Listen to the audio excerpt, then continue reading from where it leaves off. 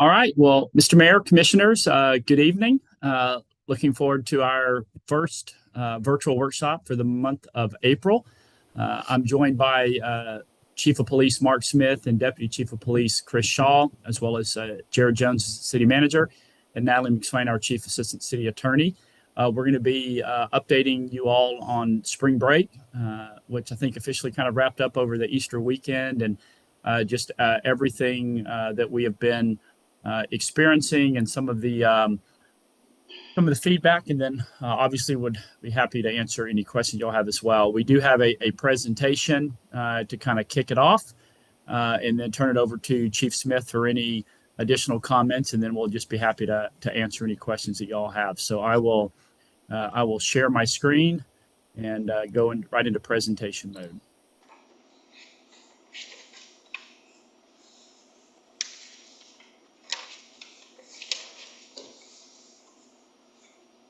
And I think I need to,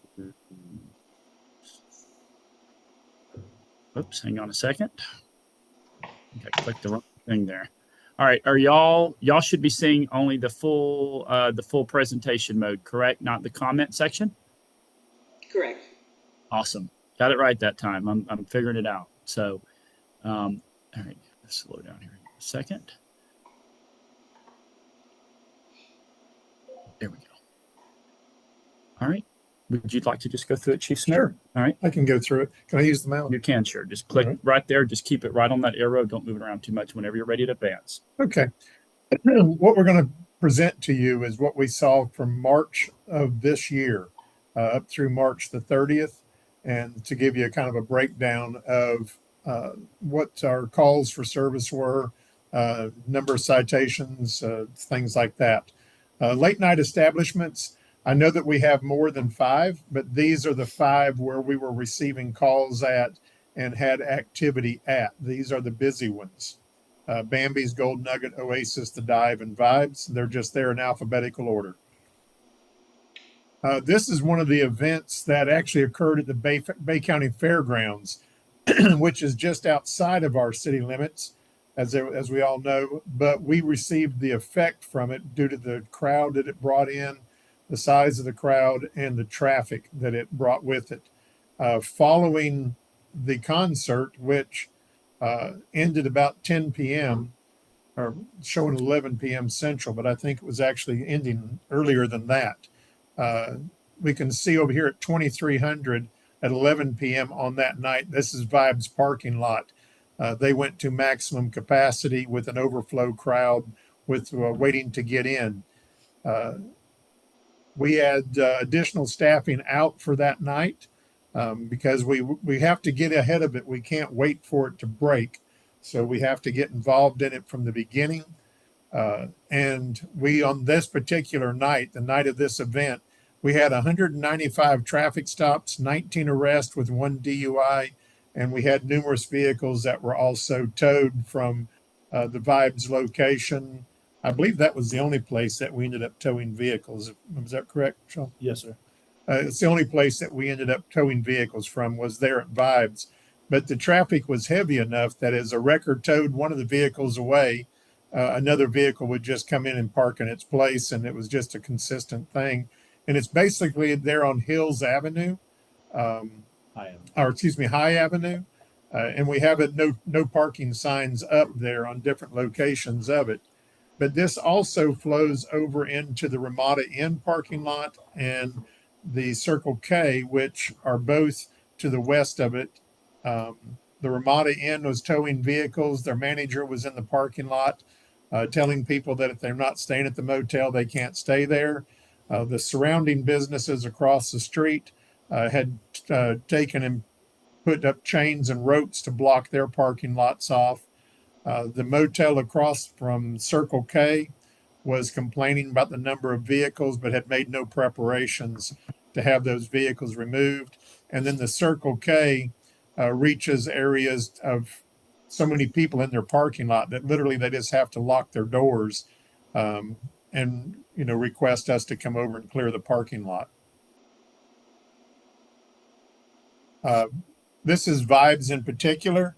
You can see you have the case number, and then it has the date You have a noise complaint, drug offense, DUI, drug offense, stolen vehicle, drug offenses, and then on the 29th, a physical disturbance. You've got 3 different photographs here on the 20th, the 21st. The bottom photograph doesn't actually have the date on it. I'm going to assume it must be 21st also. Again, you can see the parking lot is full, and you see the crowd that is outside the business and that wraps around.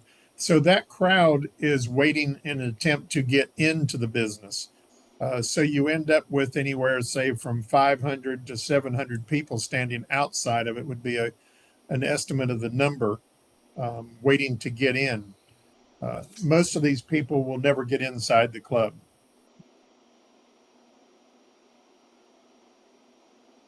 The dive. So here we see we see the list of calls that we've answered there: the disturbance, drunk pedestrian, another disturbance, parking violation, drunk driver, trespassing, physical disturbance, and an overdose. But if you go to March the 20th at 11:45, you can see the camera here shows it shows nobody at the club essentially.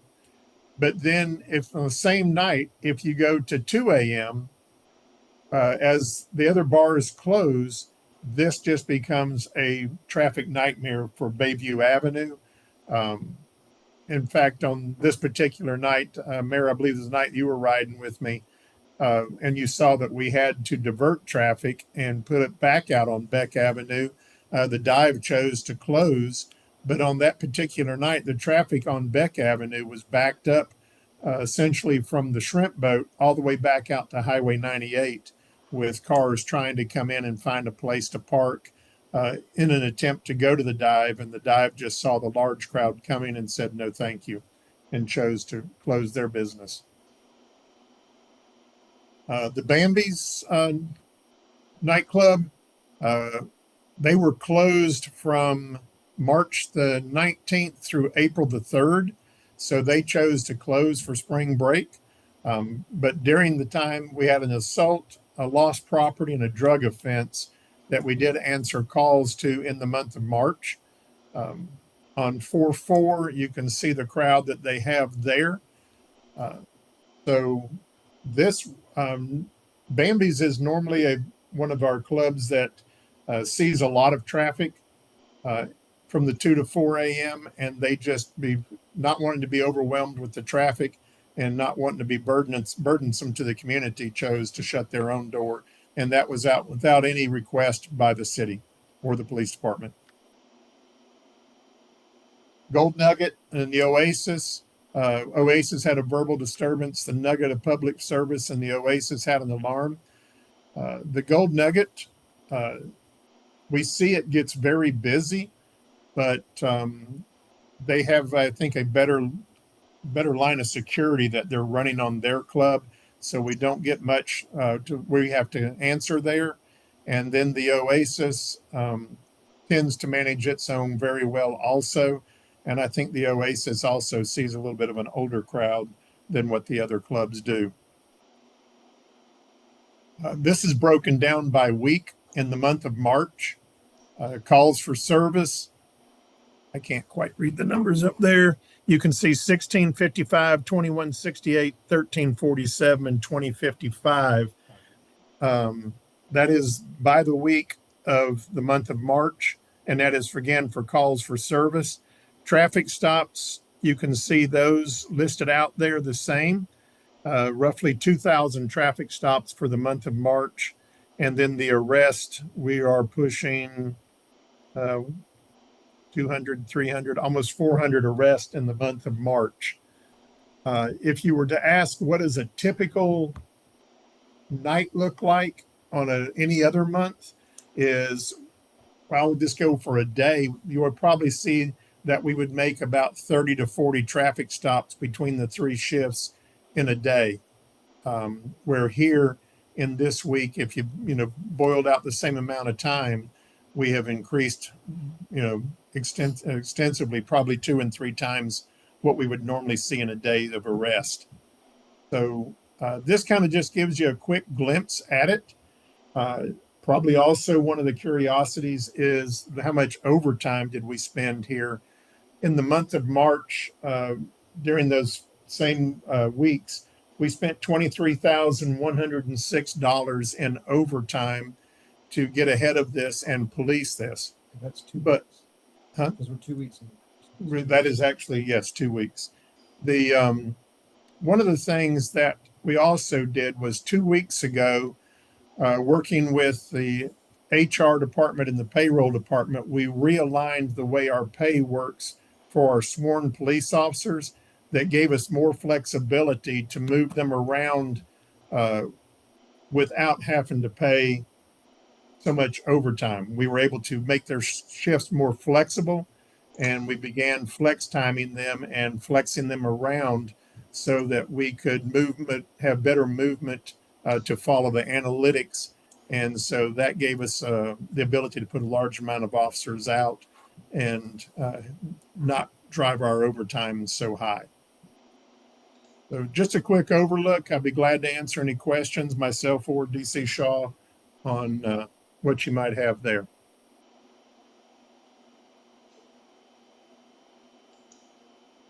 All right. Mr. Mayor, I want to start with you, or you want to defer to one of the commissioners? Happy to defer. All right. Commissioners, who wants to go first? Oh, go ahead, sir. I had a great time with the ride along. It was fun. It was enjoyable. It was really cool seeing everyone work together, and it was interesting to see, what the chief and I talked, which is there's no, even in my own businesses, you try to predict how much staff you need at different times. 4th of July versus a Wednesday afternoon is different for us, even owning restaurants. And it's different with police in that if you understaff, you potentially set yourself up for public safety issues. And there's no perfect balance. And if you staff up, then nothing happens, and it looks like you spent money and not done anything, right? Or you understaff and things happen, and we say we have a public safety issue. Why don't we have more police officers out there? So there's no perfect balance. And we did, Jonathan and I witnessed one bar shut down and people moved to the next one and create traffic problems. And we're lucky to have, I thought Bobby Beard was awesome that night and previous nights shutting down just to locals and communicating. And I appreciate, Bambi shutting down for the week as well, not exacerbating those issues as well. But the ride along was awesome. I definitely encourage everyone to do that. It was a good use of an evening. So. Yeah. All right. Commissioner Lucas, since you're unmuted, we'll jump it over to you. You guys are clockwise on my screen right now. So yeah, I missed my annual ride along this year, given some other things going on. But how does this compare, Chief, to last year and the year before? As I understand it, we're making progress with keeping spring break under control within the city. We're making progress. We're using our own analytics for the Panama City Police Department to help us figure out the staffing issues, what days, what nights, things like that, and where locations that we need to staff using our analytics. But I would say the biggest help that we're getting is the harshness of what is taking place on the beach and how they're policing it and doing their curfews and shutdowns and getting ahead of it on social media and heavily advertising that, don't come here with the idea that you're going to commit a crime or a takeover. And then they've got such a large number of law enforcement out there. And again, the night that the mayor rode with me, I took him out there. We went down Front Beach Road to Edgewater, and it was down to every couple hundred feet you could see police. It was, they're policing it so heavy that it has slowed down the amount of spring breakers, I think, that are even coming into the area. And then what we've learned over the years and how to better handle it too, we're getting better at it. It's looking better. Yeah, that's my observation, from what you've presented. And since I've been in office, what we're able to do in police in the city, as well as working with the bar owners, as evidenced by Bambi's choosing to close, to work along with the city to keep the city safe. I recall the ride-alongs that I went on in 2014, 2015, when there was a great deal of problems on the beach, and we've come a long way with decreasing those. And the question is what's good fun and what goes too far, and we don't ever know when we're gonna experience the having gone too far. But we are making progress, and that's good to see. Particularly when we compare this year's numbers to last year's numbers, they are much lower. Correct. All right. Mr. Granger, Commissioner Street.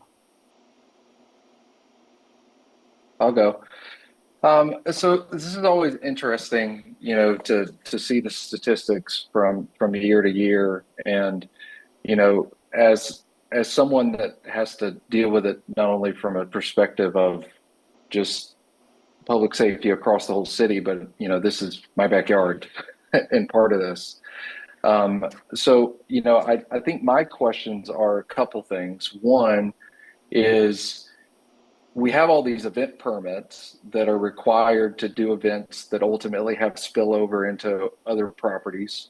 What is the protocol with all these extra cars and extra parking that comes, and it really truly impacts residential neighborhoods because it spills over into lots of people's front yards. There's typically calls that come from, hey, 2 blocks away, we got people parking. From that standpoint, is there nothing on the books that allows us to just say, hey, you can't park off your site? Like, what does that look like? Does that understand what I'm asking?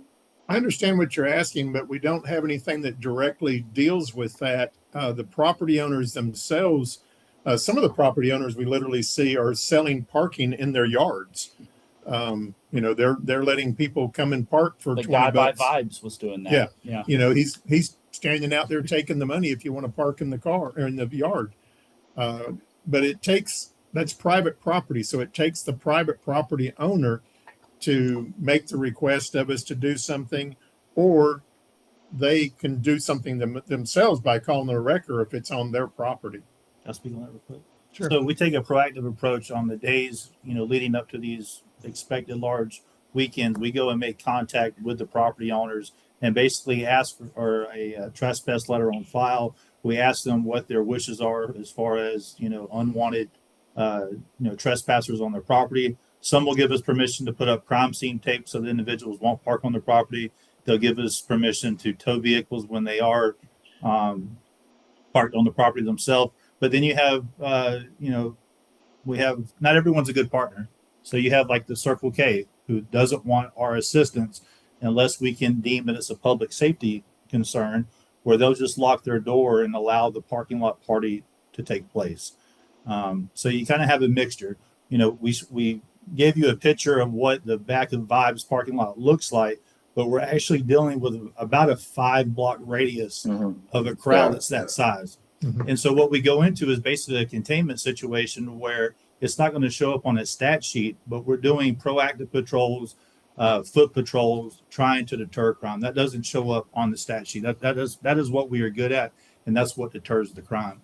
Where we see a major problem is where that crowd at 2:00 then migrates to the dive. So you're taking a very large crowd, and then basically by one bar closing at 2, one closing at 4, you're pushing this large crowd into an area that's not designed to handle that crowd. And so then we end up having to make contacts with people parked behind Hunts in the old probation parking lot, in the parking lot, that's owned by Uncle Ernie's. And there's, copious amounts of criminal activity, drug use. The constitutional carry of firearms has really hindered us in combating these type of events, because we had approximately probably 15 to 20 armed encounters, but they're not convicted felons, and they're Not within the violation of the law. not in violation of the law. So then they remain armed, even though that they are intoxicated, and a lot of them are causing disturbances. And so you know, So- we're A question in reference to that. If you see someone with a gun, or a firearm, what's your rights? You can stop them and question them, or how so- do you find out whether they are, you know, the armed a fighter? encounters. The armed encounters that I'm talking about are encounters that were initiated because of some type of criminal act, illegal activity, Traffic stops. consensual encounter. One in particular, walking myself and some of my colleagues are walking the parking lot of Vibes, and there's an individual passed out in the passenger seat of the car, and he has a firearm in his grip, you know, laid out in the vehicle, and so, you know, that is a concern. Obviously, he's intoxicated to the point to where, you know, he's passed out in a bar parking lot. We make contact with him. Obviously, we ensure that he has a safe ride home and the firearm is secure. You know, I just want to drive the point home, even though you're not seeing the firearm related offenses like in years past. The main point of that is the constitutional carry kind of prohibits us from making those charges as like we did in years past. So are you saying that your ability to enforce and potentially there are fewer arrests because of constitutional carry? Yes, sir. Yeah, if you went back to Okay. 22, So- in a 3-day time frame, we took 270 guns off the street and made, you know, an enormous amount of arrests. But that was in 2022 when constitutional carry wasn't in place like it is now. So I know you gentlemen are very focused on the public safety aspect. But I think it's important for us to recognize from a policy standpoint, the overall impacts that 400 arrests in a singular month have on our property values, the statistical analysis that comes into economic development, the things that go into determining whether you're a safe city, whether you're not. All of these things come into an equation that ultimately data people that are making decisions on where to invest are pulling this data and they're seeing these areas as unsafe pockets within the city. And a lot of that is attached to these arrest logs, all of these things that are coming from that. The difference between, say, a Lynn Haven and a Panama City, it has to do with statistical differences on how many arrests there are, how many violations there are, and those things. So the overall policy question that I have is, what are we getting for this amount of, you know, arrest and overtime and all of these things that are coming into it? Because from my viewpoint, and this is speaking as a resident that lives in St. Andrews, which is typically the hotbed for a lot of this activity, is I'm not seeing a ton of benefit to the citizens that live here. And I'm seeing a lot of negatives, if that makes sense. And Well- yes, we've got some good partners that are actually being proactive. And then we've got some that, frankly, I'll be blunt with it, that just don't care. I mean, they're really, truly just want to make a dollar. And, you know, if that leaves grandma down the road with a depressed property value and, you know, and it hinders economic development around it, that doesn't matter. So I think I just want to bring that to the conversation from us, from policymakers' standpoint of public safety. How many arrests are too many arrests? And it's not that you're ever going to get 0 arrests, but 400 arrests is a lot of arrests. Like that's not just moving a statistical needle by a little. That's moving it by a substantial amount. So But we anyway. can't arrest 400 people unless 400 people commit a crime. And so it takes them to commit the criminal act, and as we deter and respond to it, then we're identifying those criminal acts, and then we take those people into custody. If you looked back at 22, when literally they were blocking Highway 98 in front of Vibes, they were just parking in the road and trying to have their party right there in the middle of Highway 98, dancing on top of cars and everything else that we had to deal with. And what we saw then was we didn't have enough officers to deal with the crowd. So we have to put the officers out there and deter it from the beginning and control it or we lose it. And if we lose it, then it's just going to become very ugly. Yeah. Right. It's just to say, if you haven't gotten to look at it, I would highly recommend looking at Orlando's late night hours, looking at the other, even Tallahassee, the ones that have more of this activity, and what tools there are provided to ensure that you can be proactive. What Alan said is correct. It's hard to anticipate, but if you have a permitting process to go through to do these it gives you the opportunity to be proactive with what's to come versus just trying to react of, oh, hey, a bar shut down here, now they're over here, now they're over, like just trying to constantly play whack-a-mole. You can be more proactive in your planning to know that you've got, safety first and foremost in front of people. But even with that, for me, like I'm trying to help redevelop 98. I'm trying to help create a better positive trajectory to areas that have been historically economically depressed. And this isn't helpful. Like 400 arrests does not improve your neighborhood. Yes, it gets it safer from the perspective of you've got criminals off the street, but it also makes it more difficult to actually attract the kind of investment that you're trying to attract. So anyway, I'll leave it at that. Thank you, guys. Well, if you look at Orlando, they follow a midnight closure and then permits after midnight. What we have to have is consistency, certainly, is we need to follow whatever the beach or in the county are doing. Or we need to follow state statute and just be the outlier and make them pay for the permitting and make them pay for hiring the police officers to come deal with the crowds in the parking lot. There are some options and choices there, but we keep talking about a club. It's not one club that closes at 4 a.m. that drives them all there. It's everybody outside the entertainment district and nightclubs that had to close at 2. So it's not just one club, it's all the other places that close too. If those people want to continue their activity, then they're very narrowed as to where they can go. All right, Mr. Mayor, your hand's up.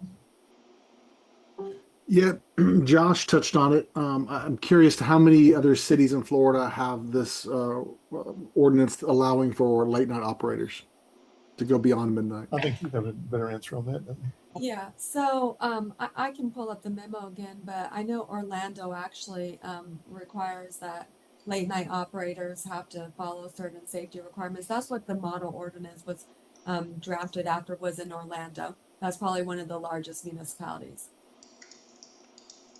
Could you circulate that ordinance that their checklist or whatever they have, their guidelines for staying open late? Sure. Have we spoken to any of the, because we do have bar owners that are proactive, have we spoken to them about their ideas on how to further reduce costs of policing during these months and increase public safety? So we have some good partners with the bar owners, or we have a good partner that we have regular communication with, and that is Bobby Beard. I mean, throughout this whole process, I spoke with him multiple times throughout the weekends. The night that he decided to close early, I believe myself and Mr. Hayes was the first one he called to verbalize that. I know he is ready to come to the table and be a good partner and provide his suggestions and his ideas. Unfortunately, we don't have that ability to communicate effectively with the rest of the bar owners. Yeah. Commissioner Granger, your hand's up, sir. Thank you. So I enjoyed my ride along as well. I try to go every year. This year was Friday the 13th, and it was actually a pretty calm, relatively speaking. I guess I went a little too early for some of what was reported today, which is fine. Really enjoyed it. The officer was very, very professional and helped kind of. You never know what you're going to get when you go on these ride-alongs. You never know what's going to happen. But what I did see was very, very high levels of professionalism from all officers that I observed the entire night. So One of the other issues that comes up is we wound up taking somebody to jail, and when you drive all the way out to the prison, you basically have to wait in line because they only ingest one person at a time. So if you show up like we did and there's a 15 packed van full of spring breakers that have been arrested and now they're getting ingested, I mean it's that's the county's process. It's not something that we can change, but it does create a problem where especially during this time when they're bringing in mass amounts of people to be ingested into the prison, and you basically have to wait. And I'm talking it takes a long time for them to ingest one person, and depending on whether or not that person is cooperative or not, it can take longer, right? We're talking anywhere from 10 minutes to 30 minutes per person. So I know that's kind of a little niche issue here, but I think it's one of those little tiny pieces that needs to be added onto this entire discussion of as Chief was talking about, how the beach is handling their stuff and how they're cracking down. Well, that's good, but that also means that more people are going to wind up in jail, right? And as more people wind up in jail, when we have one person to take, that's one officer that's down for potentially a long time. While we're waiting on, basically a paddy wagon to unload. It doesn't happen all the time, but it can happen, right? But it sounded like, Chief, I don't know, do y'all have a recommendation out of this this presentation? Do you have a recommendation? So one of the things, just to speak to the prisoner transport, we do lose an officer for probably, I don't know, even a night when we're not busy, when the jail's not busy, we lose an officer for over an hour because wherever he's at, he has to ride all the way to the jail and then go through the process of getting that inmate into the jail. And then he has to come back to get back into his zone and get back into service. So we can see them even on a good night, taking an hour. And then what you saw was probably taking up to 2 hours. And yes, you lose officers. We tried to put, more than one in a car, but at the best, you might be able to transport two. I am currently looking at right now trying to create our own paddy wagon for the police department. I've got some fillers out.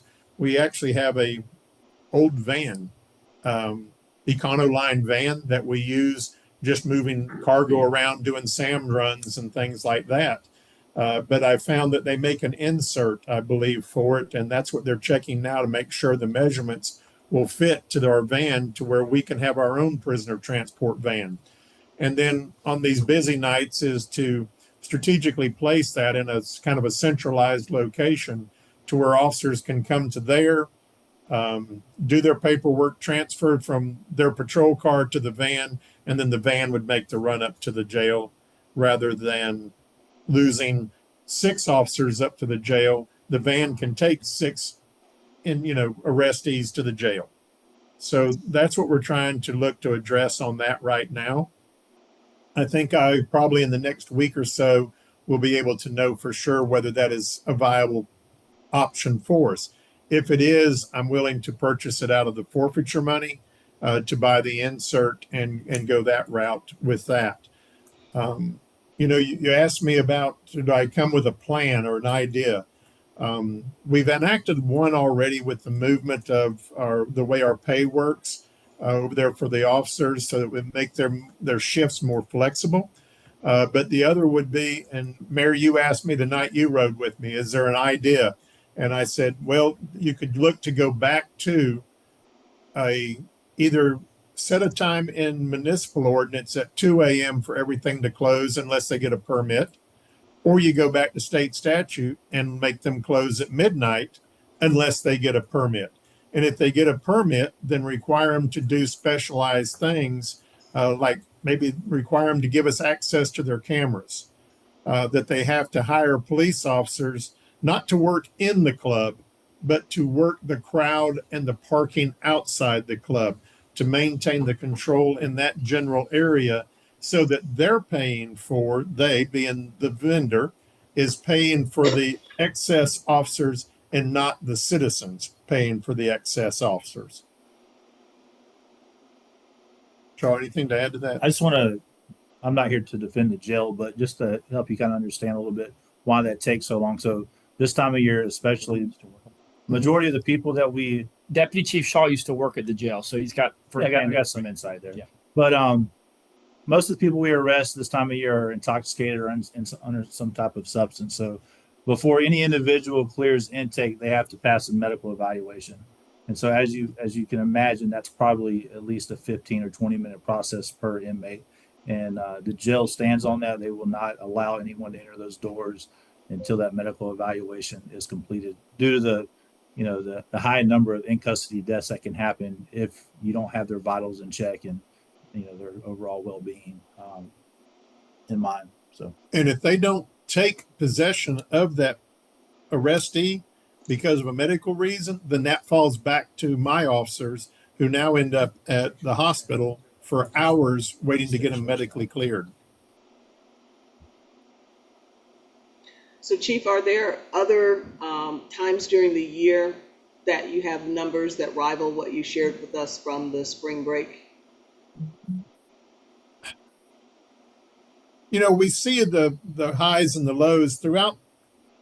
Really, things will settle off until Memorial Weekend.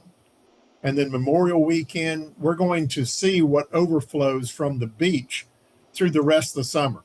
But mostly on the, like Thursday, Friday, Saturdays.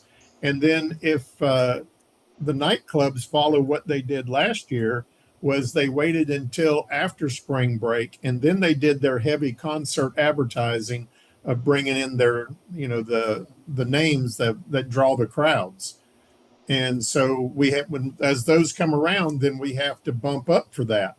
But now they're not pulling permits, so they're not paying for the extra security. The citizenry is paying for that extra security that I have to put out for that night. So there again, if we looked at a permitting process that required them, if they're going to bring that in, that they have to get the permit to and hire the number of officers through ODM as we instruct them to. And those numbers are comparable to what we've just seen from the March. Yes. You could see those, June, July, August, as those weekends, each one of those weekends comes around. It's usually, like I said, the Thursday, Friday, Saturday that we see at peak. And especially the way they're open right now to 4 a.m., then it just means that we have to hold the officers out there even longer. the difference between those weekends and this, 4 weekend span is the fact that when they come to our city, they stay where they normally are at when bars are stay open until 4. The problem that is our biggest challenge is when they migrate from one location to the other. That is the biggest concern. That in itself is the public safety concern. We're basically encouraging, hundreds of people to get in their motor vehicle intoxicated and move from one location to the other simply by allowing other locations to remain open. And that's why I said if we looked at everything closed at 2 or everything closed at midnight, and then push permits beyond that, then we don't have the migration. And so this would be citywide, including the entertainment districts, correct? When we Correct. put a permit in place, if we were to put a permit in place. Correct. Chief, let me ask a question though. If we did that and we required, any of the restaurants and bars that wanted to stay open to bring in their own police, their own not their own police, but their own security, it was our guys. It's my understanding that in that role and in that time, if someone was to be arrested, if there were going to be issues, like those particular officers wouldn't be able to take them to jail because they've been hired during that window to provide security at that establishment. It would still require you guys taking other officers off the street to then transport that individual under similar circumstances up to the Bay County Jail. Is that correct? That is correct. And again, that's one of the things, if I could go to a paddy wagon, that we could resolve a lot of that, of the lost time of officers going up to the jail, multiple officers going up to the jail. But that's no different if we arrest someone at the farmer's market or, Mardi Gras or anything of that nature. We have support staff that are already on regular patrol that would come in and do the transport. Commissioner Hughes, I saw your hand up back down. You have a question, sir? I do. I apologize. I'll tell you what not do. Don't get in somebody else's car, go to the beach and have to be on one of these on the way home and you're in traffic because then it's slammed out there. So I apologize for being late. But I do have a question on the migration, Chief. And Alan pointed it out in his post. Where are we migrating from and where are we going? And when we're doing it in town, where are we going in town? Well, Do we have one place that works than others? Well, you got to look at now, everything in the county had to close at 2 a.m. It wasn't just in Right. Panama City had to close at 2 a.m. And what was open in the entertainment district could stay open till 4 a.m. So you have, Mosey's, you have Vibes, or excuse me, not Vibes, the Dive. What they call them right beside the Dive? Oh, the barbecue Talking joint? about newbies? Newbie, no, They closed though. The barbecue place. the on Barbie, the corner. Brine. The brine. The yeah. Brine is the barbecue place, which is right beside the Dive. It stays open. So that's where, and they advertise that they're open till 4 a.m., even though everything else is knowing that it has to close at 2. So it pulls them down there. Now, Mosey's, we don't see much happening at. In fact, Mayor, the night you rode with me, we went by there about 2:40 in the morning, and he was putting his tables and chairs up. He was putting them inside, and it looked like he was closing for the night. I would challenge you though that if, let's say the Dive closed at 2:00, they would just move to the next open bar. So just because Mosey's isn't a problem now, it is my You're belief that if the Dive closed at the same time as Vibes, they would just migrate now to Mosey's because that's the next closest open bar. That is true. Okay. So, and apparently you showed some numbers and I apologize for not seeing that, but does the Dive get a lot of activity late at night in terms of from the police? My conversations have been that he works well with y'all on first name basis, works well to try to keep the security there. It's not problematic, is it? Dive is not the problem. Bobby Beard is a great partner. We talk to him on a nightly basis, but Bobby Beard can only control what's going on at the Dive. What we are concerned about is the 5-block radius around the Dive. That is not his responsibility to provide security to. That's our responsibility to police. And so during that migration from Vibes to the Dive, for one, you have traffic that's pretty much like a parade going south down Beck Avenue and right by the shrimp boat. It overfills that parking lot immediately. The Dive becomes at capacity within moments. And now we just have pop-up parties throughout St. Andrews, behind Hunt's, in the parking lot of the old probation office. That is where the issues are at. And now Bobby Beard does. So, I came out of Go ahead, sir. I was going to say now Bobby Beard does pull a lot of permits. When he wants to shut down Bayview, there for a little bit, he was doing it like every weekend practically. He was, closing down Bayview and putting up a stage, but he hired police officers. So essentially what he's been doing is something that all of them could be doing. Okay. So he can be our template. Okay. So do we don't, like, I came out of Edgewater the other night, and the Edgewater shopping center was full of cops with their lights on. And I was like, man, there's something going on. No, they were all there to make it not go on. Now they have, their special zone week and all that. Do we, in that parking lot that you're talking about, Chris, can we put some cops in there and that stops it? Or by shutting it down, you don't have to worry about it? We had roughly 15 each night. We had roughly 15 to 20 cops, especially during that time of 2 and 4. We pretty much raced the crowd to the Dive to get in place to, one, take control of the traffic flow. One, turn our lights on to let them know that we are there. And then, when they show up at the dive there, it's later into their evening. They are at a very heightened state of intoxication. And so, we're there to deter. There's not a lot of cases that are made between 2 and 4 at the dive, because we're doing just that. We're trying to deter crime. We're trying to hold on and make it to that 4 o'clock window. I described it like this to someone the other day. Imagine going into a 12-round heavyweight bout, right? And you're trying to get to that 12th round. That's 2 o'clock for us, right?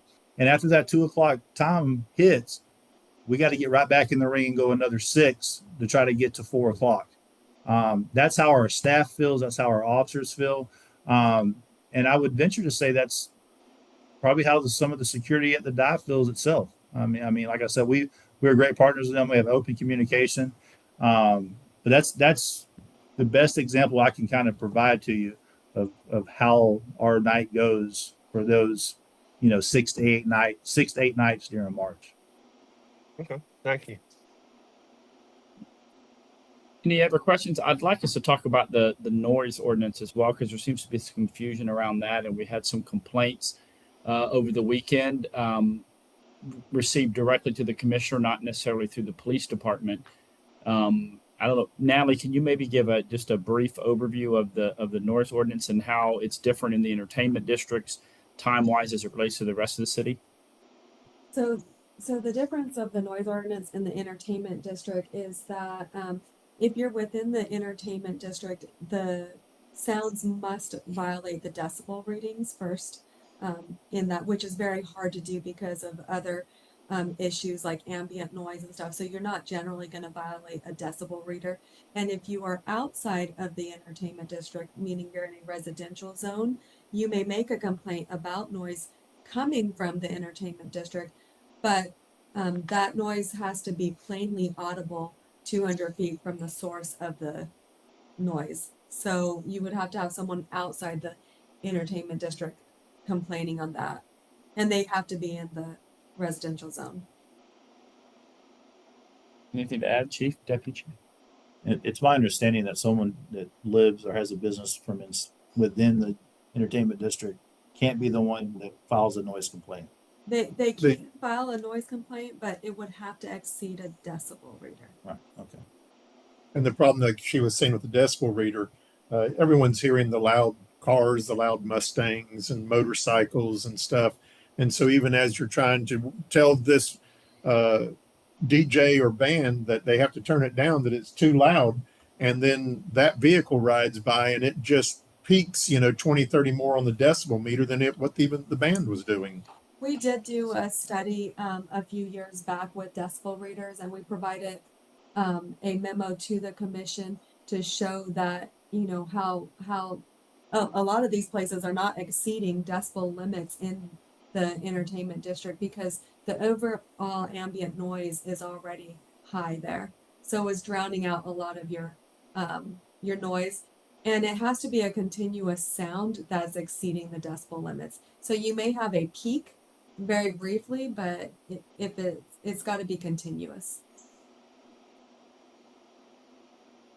Any questions from the mayor, commissioners on some of the sound ordinance, decibel, and difference inside an entertainment district and not? I take it we're still utilizing certified sound meter reads. Yes. Okay, and we've still got our training that everybody understands exactly what's supposed to happen in that regard. Yes. And it's calibrated. Okay. Yes, it's calibrated. And it's been calibrated. Is that? Yep. Yes. And the attorney has actually even made a cheat sheet that helps the officers to make sure that, it says, is the alleged noise offense occurring at a location within the entertainment district? If you say yes, then she tells you, then go to question 2. And then when you go to question 2, it tells you either go to question 3 or 4. It just walks you right through. So it's step by step she's created so that the officers can use this. It's on their computer. They can just pull it up under noise ordinance, and it provides the cheat sheet, gives the decibel readings, and even outlines what the entertainment districts look like so that they know exactly what the boundaries are. And I want to give credit Yeah. to Captain Moore. Captain Moore created it, and I helped revise this cheat sheet. Okay. So, yeah, Captain Moore worked really hard on this as well. Something else we're going to accomplish this week is Bobby Beard reached out and was, telling me about the noise complaints that he received and asked for us to assist him in basically running some controlled tests. And so our community police unit is going to make contact with his staff, and we'll turn the music up to a certain level, go do some readings. That way he'll have a baseline to understand what's loud, what's not loud. And so we've never done that before, but we're willing to give that a try. So he'll have an understanding of, what's above the decibel reading and what's not. Yeah, I think what I've kind of, this is just me now, thinking through what we've dealt with over the years. I think there's two kinds of noise complaints, as I'll put it into two categories. One is, hey, that the music's too loud. And the other one, which is sometimes communicated the same way, of I don't like that music.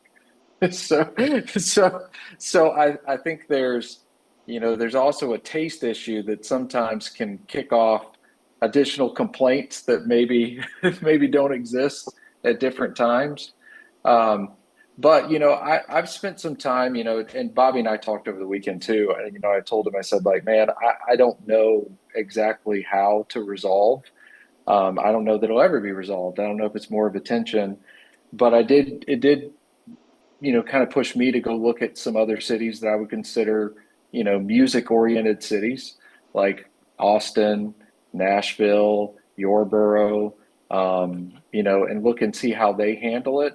And there is something to be said to how you manage your sound and not impacting your neighboring business also as well. And so I don't know how to fully exactly resolve that, but there are, Nashville is something similar to what you guys are talking about now, where there's a certification process to sound systems, or, there's some kind of test run or something like that.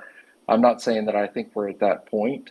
But I think and I told Bobby this, I said, like, man, if you're going to have full band every night and you're going to go a lot later, it's obvious that you're going to get some complaints, and sometimes you may be over the decibel reading, sometimes you may not. And, and that's frustrating just as much to you as it is the person that's calling it in. And so I think we've kind of left it as like, hey, it's status quo. Hopefully you guys can work through it and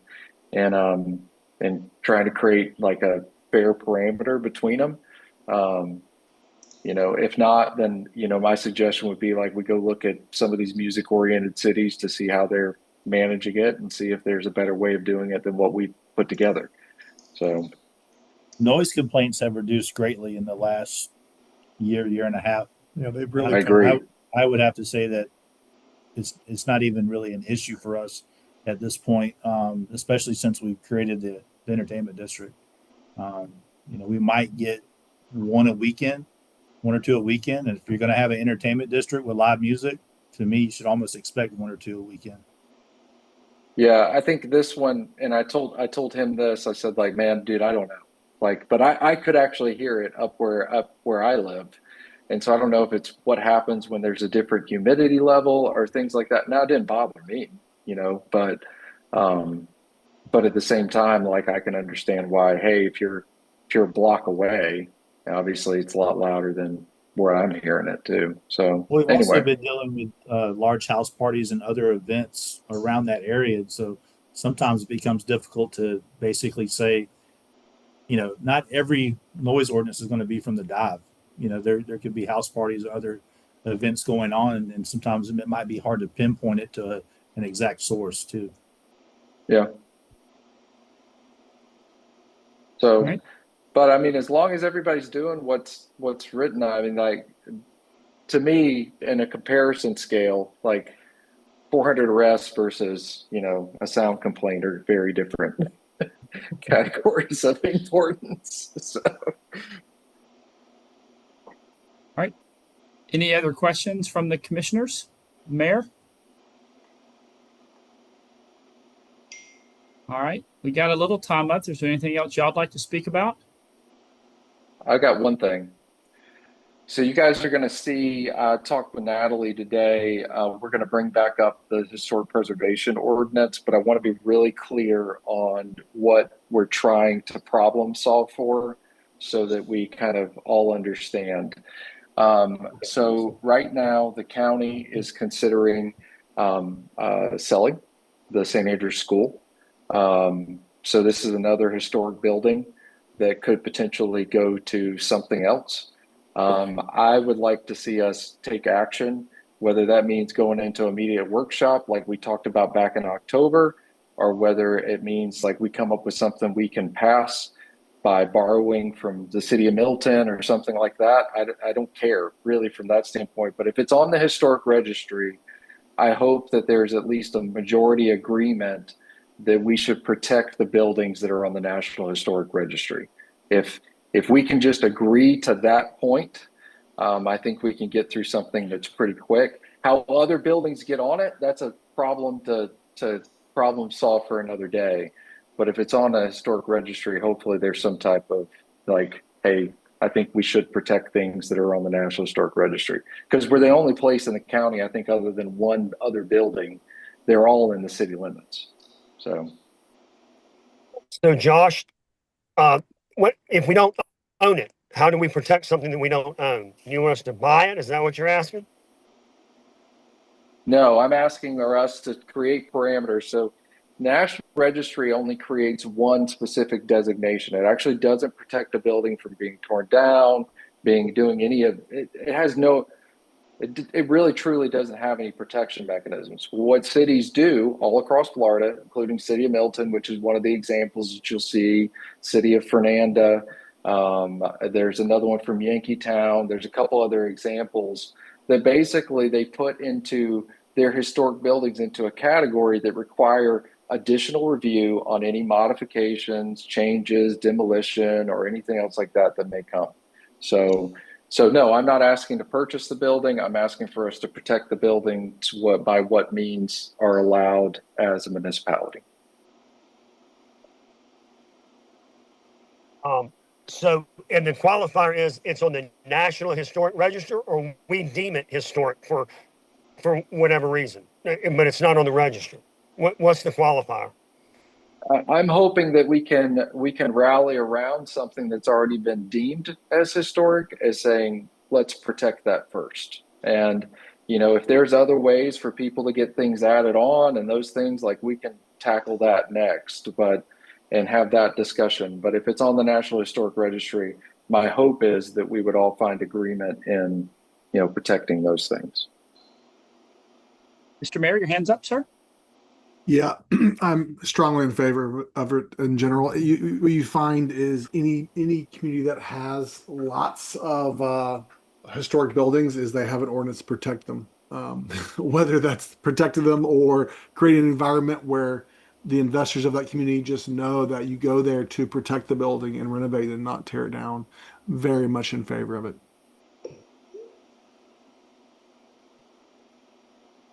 I want to get to yes with you, but if I own a building downtown or in St. Andrews right now, is the government going to tell me that it's now historic and that I can't do with it what I want or tear it down? Or that's why I'm asking about the qualifier. Somebody that's owned, you know, property since 1950. And I get the school. I mean, I understand what you're talking about. Are we telling people what to do with their building now? This one's owned by the government and they're going to sell it. So we're trying to keep it erect and useful purpose. But is your plan to tell a owner on Beck Avenue they can't tear the building down now if we qualify it as historic? That's well, what you'll see in these three examples is and this is kind of the typical thing that happens. So what I'm saying is we as a commission board, I believe, can agree that a National Historic Registry building is historic. We didn't deem it as that, but we can acknowledge as that. Now, how other buildings get added on to that, most of these municipalities use what's called a historic preservation board to help in that determination. Tallahassee has a voting process. That Milton has a historic preservation board that has very specific criteria that's named. Some of them are voluntary. So you might find more support in doing that, Robbie, like of saying like, hey, you're voluntarily in. But there are some that, like, as far as what you can illegally do, there are some that are, hey, as long as it meets these criteria, we can forcefully put it onto a list to protect it as historic. So, you know, I think those are kind of in the details, but my hope is to start the conversation to something to happen with just the narrowing the discussion to National Historic Registry. Mr. Mayor, hands up, sir.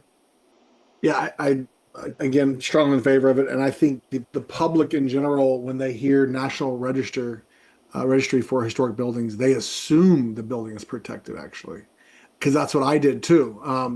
I assume the National Register protected buildings, and it actually doesn't really protect them. And so I think I wish this would have been passed 30 years ago. We would have more old buildings. But this is I think if you benchmarked us against other cities to see who has this ordinance, the towns that are vibrant, that are not sprawl, that have historic districts, have this protection mechanism. And we're not talking about protecting 500 buildings. We're talking about like 7, 6. You know, the Sap House being one, which is one of my properties. You know, there's only a handful. Right. You know, I'd love to. I know you're trying to build consensus around one idea. I would be much up for expanding it much more. Anyone else? Commissioner Lucas, Commissioner Granger, you've been quiet on this. All right. We'll stay quiet. Anything else on that, Commissioner Street? I know it's Natalie. It'll be on the 14th agenda under the commissioner section, and I'll be adding one for Commissioner Hughes as well. No, Yeah, just, go ahead. Oh, go ahead, Commissioner Granger. Yeah, I just want to see it, I guess, because I have questions, and you know, I just want to take a look at it first. Is that coming on the next commission agenda? Is that what we're doing? Yeah, it's going to be under George, Commissioner. Yeah, it'll be under the Commissioner section and under Commissioner Street, but we'll circulate it either this evening or first thing tomorrow morning. I do have a question about the police late night operators and when you may be bringing that to us. We have no direction to bring it to you. All I did was circulate the research that was provided to the commission previously.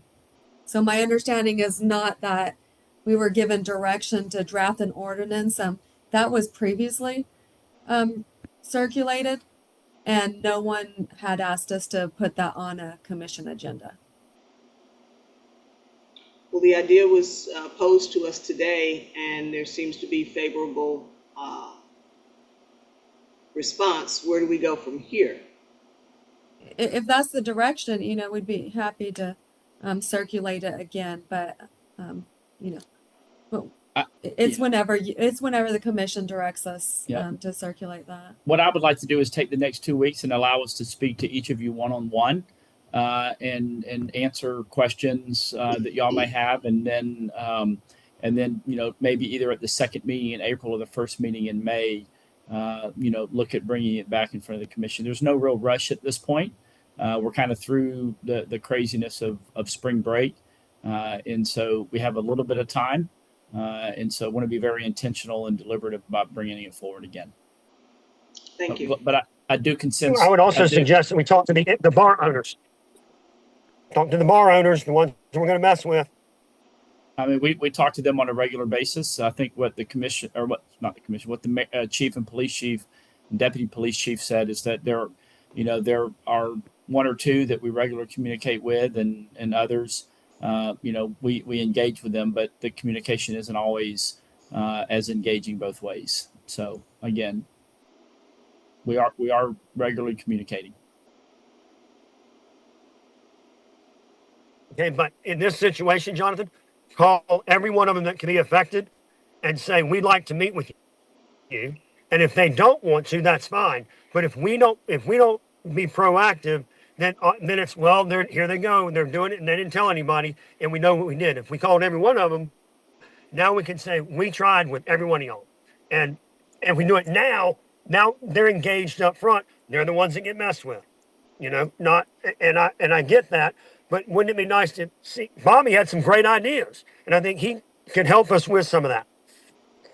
Yeah, we talked about that a lot at the He wants beginning to of the. We talked about that a lot at the beginning of the workshop today, sir. And there was even a presentation that the police put forward, and we'll circulate that so you guys all have the data as well. Wonderful. Hey, and so Robbie, I've met with the totality of bar owners multiple times, and so Right. Before we get to anything that's a first reading or things like that, I'm sure I'm not the only one that would want to go meet and have a discussion. So I don't plan on voting on something without having first, discussed with once, regardless of whether it's a positive response, a negative response, or no response. I would definitely Agree. do any business Sir, on 100% I agree. Yeah. So. And as I indicated, I wasn't, my goal was not to put it on the next commission meeting. I said I wanted to speak to each of y'all and let's be very deliberative and intentional before we move it forward in a formal fashion. So I absolutely committed to that. I like giving us putting the facts out there, so at least when they're complaining, they can spin the facts rather than the misinformation. At least we've done our part. Yes, sir. All right. Anything else?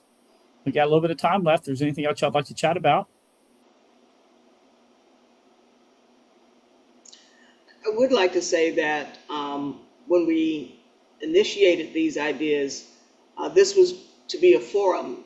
The virtual workshops was to be a forum for us to, talk through, pose our questions, our ideas in response to what's been seen.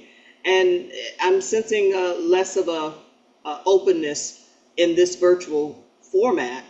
We're becoming more guarded and less open in this virtual workshop. But this was supposed to be where we could talk with each other and really kind of talk through together.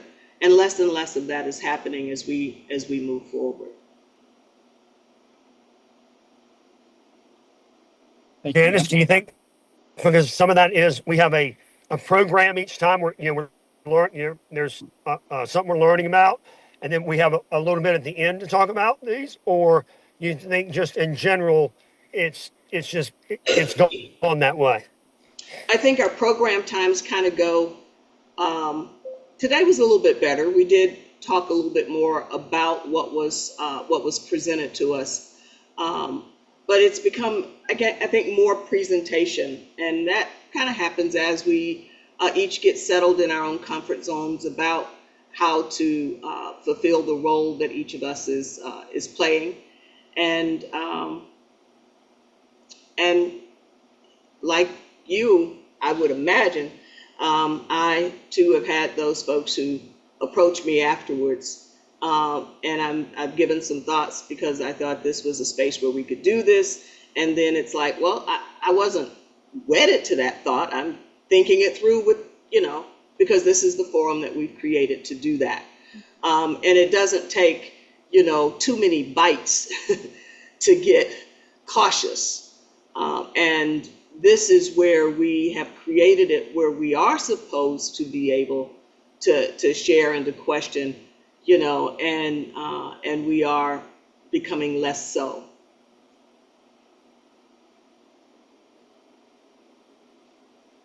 I'll just an add. Interesting observation, Janice.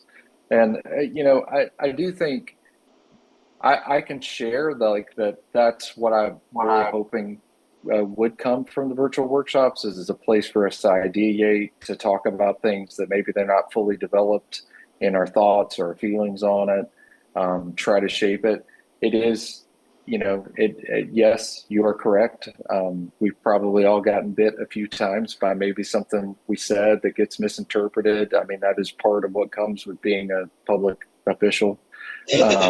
But I would echo the encouragement that, bring our ideas that we have. I mean, like, I want to know the ideas that everybody has on how we can, make the city better. And I think I don't question that anybody's here that doesn't have great intentions to try and making things better. We may have slightly different views on what that looks like, but I think that you're right. This is our only time to really talk about things, and we can either talk about it here, we can talk about it at a commission meeting, and I think it'd be a whole lot easier to talk about them here. Yeah, I'll just add a little clarity in regards to my comments about meeting with each of you. It wasn't my intention that I was going to poll you in any way. I mean, I do expect us to bring it forward. I wanted to really be able to answer any questions, getting down in the weeds on particular things. I've always kind of viewed these potential virtual workshops are going to be more both high level and some in the weeds type questions from time to time. I'm happy not to bring any type of program or bring any of the directors in to present stuff.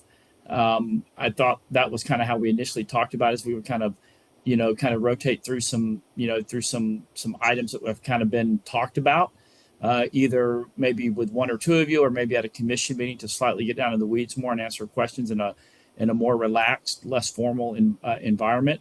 But if we just want to hop on and just truly, have a commission driven workshop, I have no issues with that. That would make it easier on staff. We just would host it and not have to do anything. I do feel some of the information from our different departments are helpful though. And we try to make them relevant to things that we are facing as a city. Not always things that will particularly come to you guys, but also to kind of give you some information. So I just want to clarify though, I'm not going to be polling or anything like that. It's more to do a deeper brief and answer any questions, which we do every single week. So the attorney wanted to make sure I clarified that. Yeah. I just want to say my comments were not meant to say, don't do that. Don't have presentations. Yes. But just for us to have a conversation with each other when we can't in any other space. So I wasn't intended to say, don't do what we've been doing. It was more an observation of how we're responding or not to what is being presented to us. Understood. I didn't take it that way. I just wanted to clarify. So, Commissioner Street, your hand's up, sir.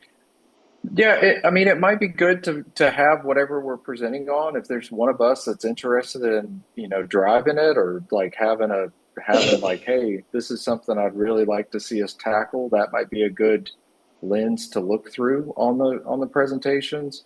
But I think we could right now have discussed what the chief had presented a whole lot more in depth, and maybe we should have in that regard. I mean, for me, my disposition to what was being presented was, I don't necessarily want to reinvent the wheel. So my first reaction is go look at a city where they've got vibrant entertainment, they've got vibrant things like that, they've got a lot of tourism that is coming in, and learn from them and shape it to model it to us. Like, I'm not looking to make something custom to solve the challenges that we've got. More or less like, hey, if we can find somebody that's got a best practice in doing that. And I think that's the preferred mechanism that I've got, that I kind of think of. But, I get what you're saying, Janice, is like, we have an opportunity to discuss things more in depth. Probably better to do it here than waiting for us to have a first reading of an ordinance sitting on our dais, a month from now. And we've all had one-on-one conversations with Jonathan, but we've not had any conversations with each other. Mm-hmm. I'll throw one out there. I said I was going to say it in every commission meeting. We got a permit and plans for the boat ramp. We can do that if y'all want to do that now. Get somebody happy. I'll hear about that. And I agree with y'all. But I've learned a lot. These have been very helpful to the new guy. These, along with the town hall, And I like having the programs, Jonathan. I don't know that that's a bad idea, but it's been very helpful to me. What I hear from the constituents are, we can watch, but we can't participate. Well, right, I hear you. You can participate afterwards with us, but this is a forum that we need to be able to do the dialogue that Janice is talking about. And Janice, I think the intent was more dialogue, and maybe we just all commit to try to bring some more of that. And getting bit. It's just part of it, I guess. But I agree with you. But I like the programs. I don't want that to go away. I think those are helpful. Maybe they're a little bit less time and give us more time to talk. I don't know.